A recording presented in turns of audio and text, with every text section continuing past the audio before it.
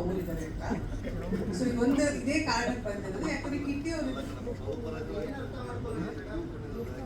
ಆ ಕಾಲ ಬೇರೆ ಸರ್, ಇವಾಗ ಈ ಕಾಲ ಬೇರೆ, ಈಗೆಲ್ಲ ಬದಲಾಗಿದೆ.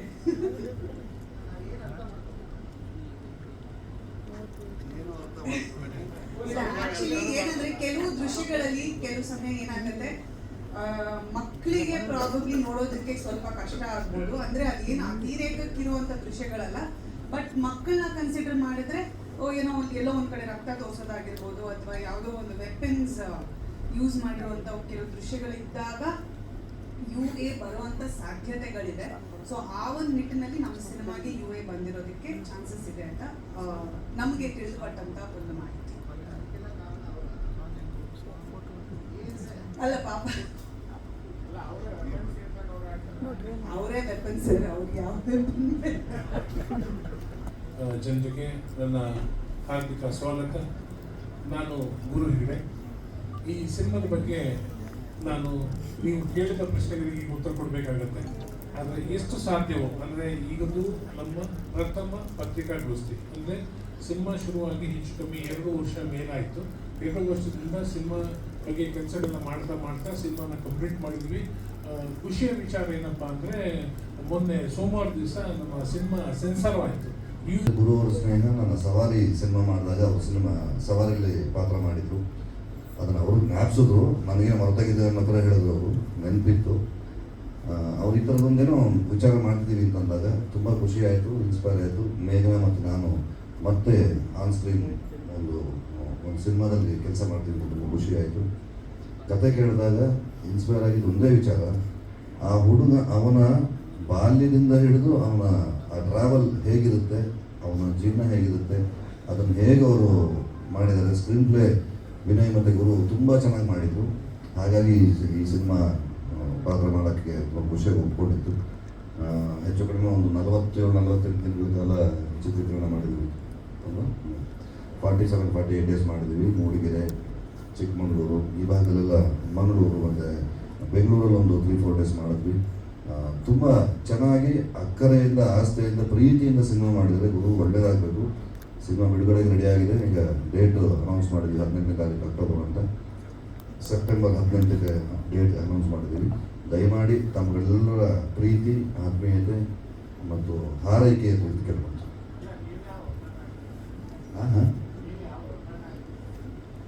ಅದು ಸಿನಿಮಾ ನೋಡಿದಾಗ ಗೊತ್ತಾಗುತ್ತೆ. ಅದು ನಂದು ಮೇಘನದು ಪರ್ಸನಲ್ ವಿಷಯ.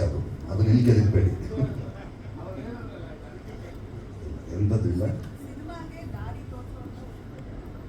ಅದು ನನಗೆ ದಾರಿ ತಪ್ಪಿಸುವಂಥ ವೆಪನ್ ಅವರೇ. ತುಂಬ ಮುದ್ದಾಗಿದೆ ಸಿನಿಮಾ. ಉಷಮ್ಮ ಪಾತ್ರ ಮಾಡಿದ್ದಾರೆ ಚೆನ್ನಾಗಿ. ನನ್ನ ಬಾಲ್ಯದ ನೀನು ಮಾಡಿದಲ್ಲಪ್ಪ, ಎದ್ದೇಳ ಮೇಲೆ ಬಾಯಿ ಮೇಲೆ.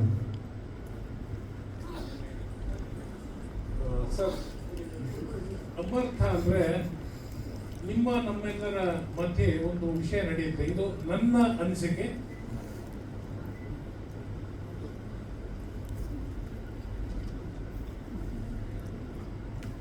ಏನು ಅಂದರೆ, ಈಗ ನಾನೊಬ್ಬ ವ್ಯಕ್ತಿ, ಗುರು ಹೆಗ್ಡೆ ಈ ಭೂಮಂಡಲಕ್ಕೆ, ಈ ಪ್ರಪಂಚಕ್ಕೆ ಬರೋದಕ್ಕೆ ಮುಂಚೆನೂ ಒಂದು ಅದೃಶ್ಯವಾದ ಶಕ್ತಿ ಅಥವಾ ನಮ್ಮನ್ನು ಕಂಟ್ರೋಲ್ ಮಾಡುವಂಥ ಒಂದು ಶಕ್ತಿ ಇತ್ತು. ನಾನು ಬಂದ ಮೇಲೆಯೂ ಇದೆ, ನಾನು ಈ ಭೂಮಿಯನ್ನು ಅಗಲಿ ಹೋದ ಮೇಲೆಯೂ ಆ ಶಕ್ತಿ ಇರುತ್ತೆ. ಅಂದರೆ ಆ ಒಂದು ಶಕ್ತಿ ನಿರಂತರವಾಗಿರುತ್ತೆ.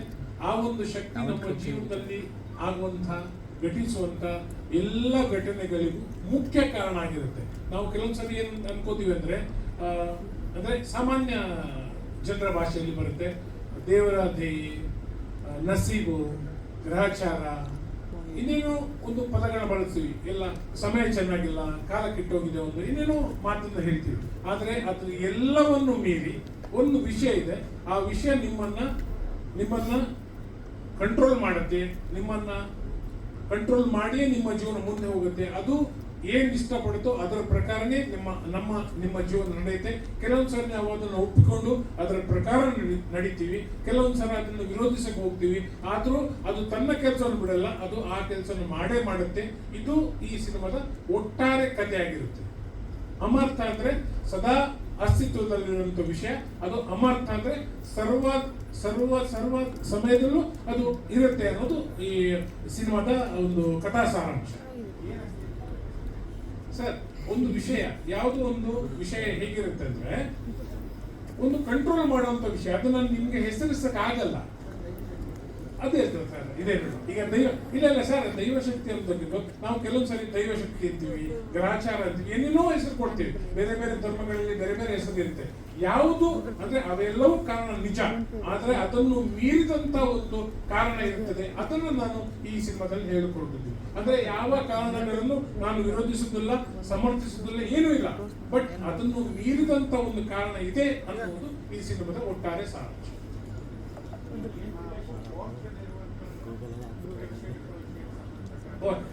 ಈಗ ಈ ಸಿನಿಮಾದಲ್ಲಿ ಏನಾಗ್ತಾ ಇದೆ ಅಂದ್ರೆ, ಸಿನಿಮಾದಲ್ಲಿ ಎರಡು ವಿಚಾರಗಳು. ಒಂದು ವಿಭಾಗ ಅಂದ್ರೆ ಒಂದು ಮನುಷ್ಯನ ಜೀವನದಲ್ಲಿ ಒಂದು 15-16 ವರ್ಷ ಈ ವಯಸ್ಸಿಗೆ ಬಂದಾಗ ಒಂದು ಮನುಷ್ಯನಲ್ಲಿ ಒಂದು ಭೌತಿಕವಾಗಿ ಒಂದು ಬೆಳವಣಿಗೆ ಆಗುವಂತ ಒಂದು ಕಾಲಘಟ್ಟ ಅದು.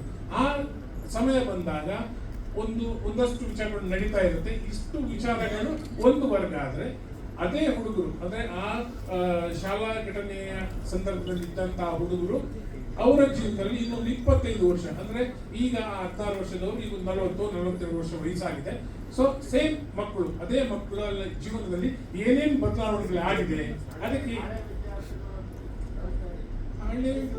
ನೋಡಿ ಸರ್, ಇದೇ ಹೇಳಿದ್ರೆ ಇದೆ ಲವ್ ಸ್ಟೋರಿ ಅನ್ನೋದು ಇಲ್ಲಿ ಅಲ್ಲ ಇಲ್ಲಿ ವಿಷಯ ಇಷ್ಟೇ ಸಿಂಪಲ್ ಆಗಿದೆ. ಲವ್ ಸ್ಟೋರಿ ಜೀವನದಲ್ಲಿ ಲವ್ ಒಂದೇ ವಿಷಯ ಅಲ್ಲ, ಅದು ಮೀರಿ ಅದು ಸಂಬಂಧ, ಅದು ಸೇರಿ. ಹಾಗಾಗಿ ಎಲ್ಲ ಜೀವನದಲ್ಲಿ ಬೇರೆ ಬೇರೆ ತರದ ಘಟನೆಗಳು ನಡೀತಾ ಇರುತ್ತೆ. ಅವೆಲ್ಲ ವಿಚಾರಗಳನ್ನ ನಾನು ಕಂಡ ಹಾಗೆ ಅಂದ್ರೆ ನನ್ನ ಜೀವನದಲ್ಲಿ ನನಗೆ 50+, 50+ ವಯಸ್ಸಿಗೆ ನಾನು ಏನೆಲ್ಲ ನೋಡಿದ್ರು ಅದನ್ನ ಅಳವಡಿಸ್ಕೊಂಡು ಬಂದಿದ್ದೀನಿ ಅಷ್ಟೇ. ಅಂದ್ರೆ ನಿಮ್ಮ ಜೀವನದ ಕಥೆ ಆಗಿರ್ಬೋದು, ನನ್ನ ಜೀವನದ ಕಥೆ ಆಗಿರ್ಬೋದು. ಇಷ್ಟು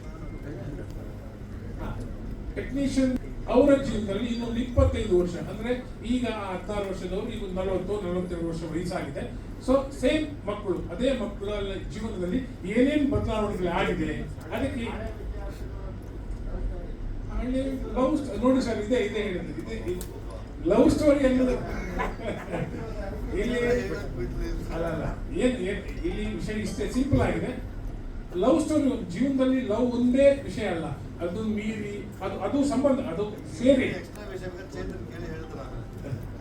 ಹಾಗಾಗಿ ಎಲ್ಲ ಜೀವನದಲ್ಲಿ ಬೇರೆ ಬೇರೆ ತರದ ಘಟನೆಗಳು ನಡೀತಾ ಇರುತ್ತೆ. ಅವೆಲ್ಲ ವಿಚಾರಗಳನ್ನ ನಾನು ಕಂಡ ಹಾಗೆ ಅಂದ್ರೆ ನನ್ನ ಜೀವನದಲ್ಲಿ ನನಗೆ 50+, 50+ ವಯಸ್ಸಿಗೆ ನಾನು ಏನೆಲ್ಲ ನೋಡಿದ್ರು.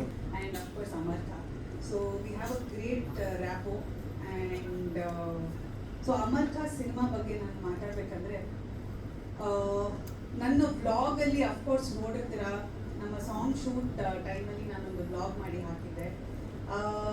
ನನಗೆ ಈ ಸಿನಿಮಾ ಬಗ್ಗೆ ನಾನು 2 ವರ್ಷದಿಂದ ಯಾರು ಕೇಳಿದ್ರು ನಿಮ್ಮ ಮುಂದಿನ ಕನ್ನಡ ಚಿತ್ರ ಯಾವುದೊಂದು ಕೇಳಿದಾಗೆಲ್ಲಾನು ನಾನು ಅಮರ್ಥ ಅಂತ ಹೇಳ್ಕೊಂಡು ಬರ್ತಿದೆ. ಯಾವಾಗ ರಿಲೀಸ್ ಅಂತ ಕೇಳ್ತಾನೆ ಇದ್ರು. ಅದಕ್ಕೊಂದು ದಿನ ಬರುತ್ತೆ, ಅವಾಗ ನಾನು ಮಾತಾಡ್ತೀನಿ ಅಂತ. ಅದಾದ್ಮೇಲೆ ಸ್ವಲ್ಪ ಸೈಲೆಂಟ್ ಆಗಿದೆ. ಸೊ ಇವತ್ತು ಆ ದಿನ ಬಂದಿದೆ. ಸೆಪ್ಟೆಂಬರ್ 18ನೇ ತಾರೀಕು ಅಮರ್ಥ ಸಿನಿಮಾ ರಿಲೀಸ್ ಆಗ್ತಿದೆ.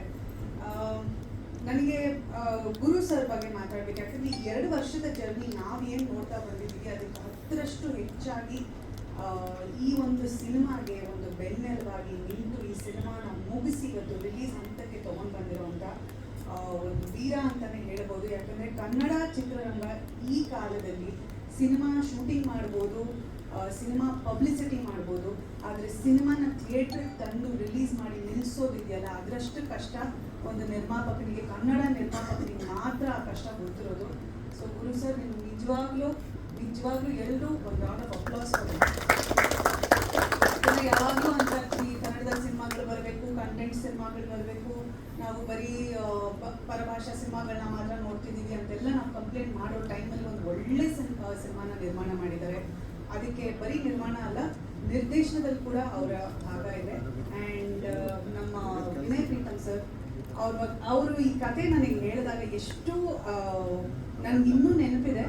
ಭಾಳ ಮುಗ್ಧತೆಯಿಂದ ಈ ಕಥೆಯನ್ನು ಅವರು ನರೇಟ್ ಮಾಡಿದ್ರು. ನನಗೆ ಕತೆ ಅಫ್ಕೋರ್ಸ್ ಭಾಳ ಇಷ್ಟ ಆಯಿತು. ನಾನು ಸಿನಿಮಾ ಒಪ್ಕೊಂಡೆ. ಅದಾದಮೇಲೆ ನನಗೆ ಸ್ಕ್ರಿಪ್ಟಲ್ಲಿ ಹಲವಾರು ಚೇಂಜಸ್ ಮಾಡಿದ್ವಿ. ಯಾಕೆ 2 ವರ್ಷ ತಗೋತು ಅಂತ ನೀವು ಕೇಳಿದ್ರೆ, ಸ್ಕ್ರಿಪ್ಟ್ ಅಲ್ಲಿ ನಾವು ಆಸ್ ವಿ ವರ್ ಶೂಟಿಂಗ್ ಯಾವುದೋ ಒಂದನ್ನ ನಾವು ನಮ್ಗೆ ಬೇಡ ಅನಿಸ್ತು, ಇನ್ನೊಂದನ್ನ ನಾವು ಆ್ಯಡ್ ಮಾಡ್ತಾ ಬಂದ್ವಿ. ಎಲ್ಲಾನು ಸಿನಿಮಾ ಚೆನ್ನಾಗಿ ಆಗಬೇಕು ಅನ್ನೋ ಒಂದು ಕಾರಣಕ್ಕೆ ನಾವು ಮಾಡ್ತಾ ಬಂದಿದ್ದು. ಸೊ ಈಗ ಕೊನೆಗೂ ನಮ್ಮ ಸಿನಿಮಾ ರೆಡಿ ಆಗಿದೆ. ಈಗ ಸೆಪ್ಟೆಂಬರ್ 18ನೇ ತಾರೀಕು ರಿಲೀಸ್ ಆಗೋಕ್ಕೂ ರೆಡಿ ಇದೆ. ಸೊ ನಿಮ್ಗೆಲ್ಲರ ಬೆಂಬಲ ಪ್ರೋತ್ಸಾಹನ ನಾನು ಕೇಳ್ತೀನಿ.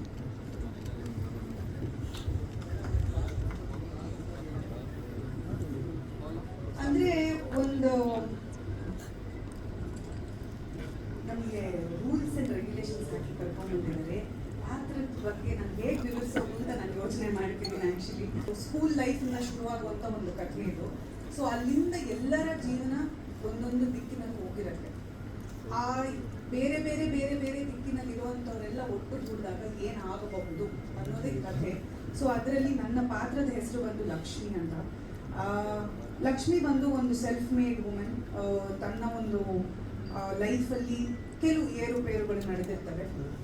ಅದಕ್ಕೆ ಏನು ಕಾರಣ ಅನ್ನೋದು ಸಿನಿಮಾಲಿ ಗೊತ್ತಾಗುತ್ತೆ. ಆ ಒಂದು ಏರುಪೇರು ಏನಕ್ಕೆ ನಡೆದಿರುತ್ತೆ, ಅದರಿಂದ ಮುಂದೆ ಅವಳ ಜೀವನದಲ್ಲಿ ಏನಾಗುತ್ತೆ, ಅದಕ್ಕೆ ಇವರ ಕ್ಯಾರೆಕ್ಟರ್ ಯಾವ ರೀತಿ, ಇನ್ನೊಂದು ಕ್ಯಾರೆಕ್ಟರ್ ಯಾವ ರೀತಿ, ಸೊ ಎಲ್ಲ ಇಂಟರ್ಲಿಂಕ್ಡ್ ಆಗಿ ಬರುವಂಥ ಒಂದು ಕಥೆ ಇದು. ಅಂದರೆ ಇದನ್ನ ಎಕ್ಸ್ಪ್ಲೇನ್ ಮಾಡಿ ಸುಲಭವಾಗಿ ಎಕ್ಸ್ಪ್ಲೇನ್ ಮಾಡೋಕ್ಕಾಗದೇ ಇರುವಂಥ ಒಂದು ಕ್ಯಾರೆಕ್ಟರ್ ಅಂತಲೇ ಹೇಳ್ಬೋದು. ಇದಷ್ಟೇ ನಮಗೆ ಪರ್ಮಿಷನ್ ಕೊಟ್ಟರು ಹೇಳೋದಕ್ಕೆ. ಇನ್ನೇನಿದ್ರು ಅದು ಕೆಲವು ಸತಿ ಏನಾಗಿದೆ, ಕೆಲವು ಕ್ಯಾರೆಕ್ಟರ್ಗಳ ಬಗ್ಗೆ ನಾವು ತಕ್ಕಂತ ಹೇಳ್ಬಿಡ್ಬೋದು ಈ ರೀತಿ ಆ ರೀತಿ ಅಂತ. ಕೆಲವು ಸಿನಿಮಾಗಳಲ್ಲಿ ಪಾತ್ರದ ಬಗ್ಗೆ ವಿವರಿಸೋದಕ್ಕಿಂತ ಸಿನಿಮಾ ಅಲ್ಲಿ ಅದನ್ನ ನೋಡಿದ್ರೆ ಬೆಟರ್ ಇರುತ್ತೆ ಅಂತಲೇ ನನಗೆ ಅನ್ಸುತ್ತೆ. ಸೊ ಆ ರೀತಿಯ ಒಂದು ಪಾತ್ರ ಅಮರ್ತದಲ್ಲಿ ನನಗೆ. ಕೆಲವು ಸಿನಿಮಾಗಳಲ್ಲಿ ಕಲಾವಿದರು ಕಲಾವಿದರ ಒಂದು ದಂಡು ಕಮ್ಮಿ ಇರುತ್ತೆ. ಸೊ ಆವಾಗ ನಾವು ಬಹಳಷ್ಟು ಓಕೆ ಸಿನಿಮಾ ಹೋಗ್ತೀವಿ, ಶೂಟಿಂಗ್ ಹೋಗ್ತೀವಿ, ಮಾಡಿ ಮನೆಗೆ ಬರ್ತಿರ್ತೀವಿ.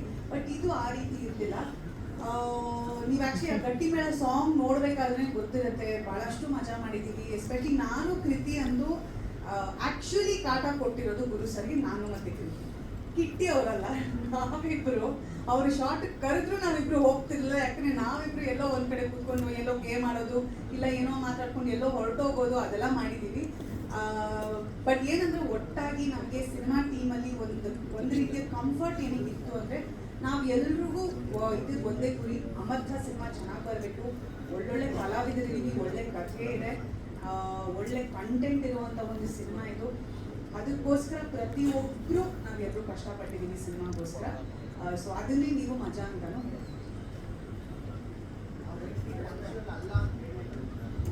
ಖುಷಿ ಆಗ್ತಿದೆ. ನಿಮ್ಮೆಲ್ಲರ ಭೇಟಿ ತುಂಬಾ ಸಂತೋಷ ಸಿಗ್ತಾ ಇದೆ. ಎಸ್, ಈ ಸಿನಿಮಾ ತುಂಬಾನೇ ಎಕ್ಸೈಟ್ ಆಗಿದ್ದೀನಿ. ಯಾಕೆಂದ್ರೆ ಮ್ಯಾಮ್ ಹೇಳಿದಾಗೆ ಮ್ಯಾಮ್ನ ಪಾತ್ರದ ಹೆಸರು ಲಕ್ಷ್ಮಿ ಆದರೆ ನಾನು ಪುಟ್ ಲಕ್ಷ್ಮಿ. ಸೊ ಈ ಸಿನಿಮಾದಲ್ಲಿ ಒಂದು ಒಳ್ಳೆ ಕ್ಯೂಟ್ ಆಗಿರುವಂತಹ ಒಂದು ಸ್ಕೂಲ್ ಸ್ಟೋರಿ ಹೋಗುತ್ತೆ. ಅದ್ರ ಜೊತೆಗೆ ಸ್ಟ್ರಿಕ್ಟ್ ಫಾದರ್